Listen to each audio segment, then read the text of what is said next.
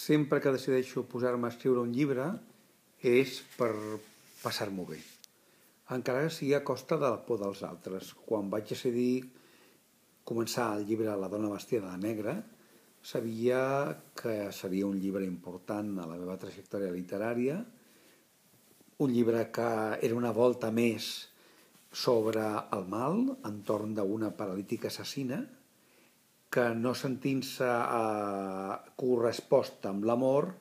decideix senzillament matar l'objecte de la seva estimació. És un llibre que enganxa, això m'ho han dit molts lectors,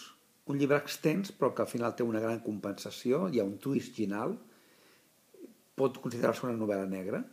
adreçada a un públic jove però també adult, i l'he de recomanar com a llibre que farà pensar molt a l'espectador, al lector, de que no tot és exactament com sembla i que